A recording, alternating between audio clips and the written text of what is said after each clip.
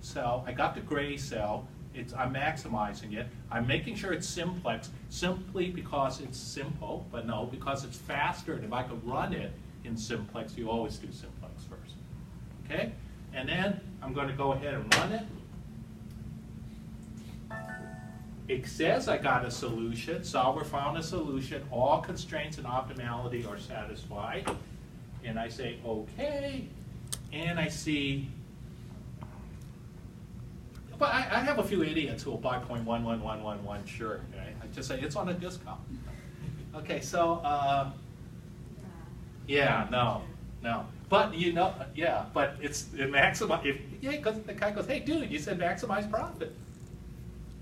If you really want that to be the largest number possible, optimal, this is exactly the fraction of a shirt you should be doing. Okay, you go, that's not right. It has to be integer. So let's fix it into a whole number. So we have one more constraint. So I'm going to go back to solver. I'm going to add it. I'm going to select the cells, right? But now I'm going to also constrain it to be an integer, right?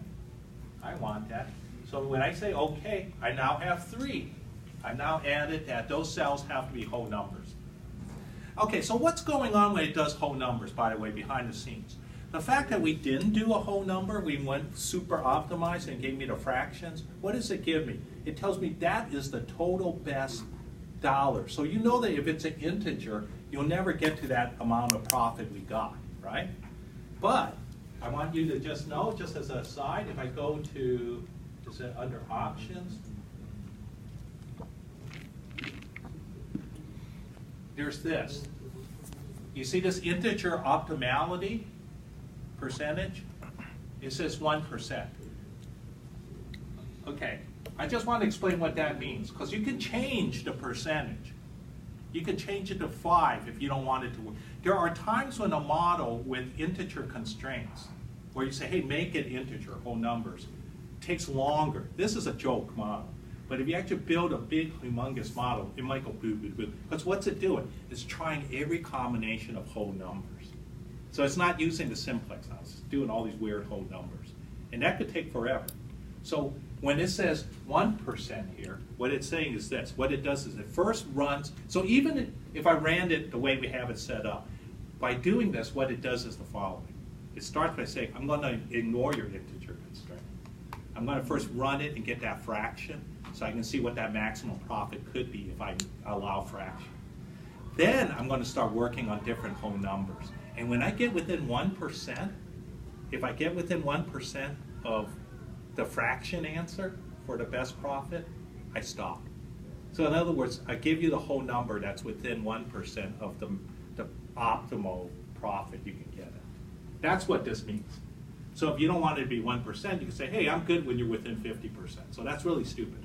But if you want to like screw with your friend again when they're not looking, you know, you just go to their solver and put 50, and they'll never get close to the real answer, right? Because they'll just stop as soon as it might be lucky. It just might come in combination. It's already 1%, but but if it's within 50%, we're good. So anywhere within 50%.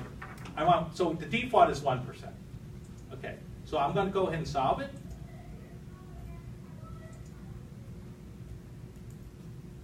Is it the same? No. They moved the second shirt down. So did the profit go less? I forgot what the profit was before. Oh man, I don't remember. My brain's so slow, man. It was just the previous answer. I think it's more because before your total cost was exactly 100. Oh yeah, so we extracted it, right? Or it just made one shirt less.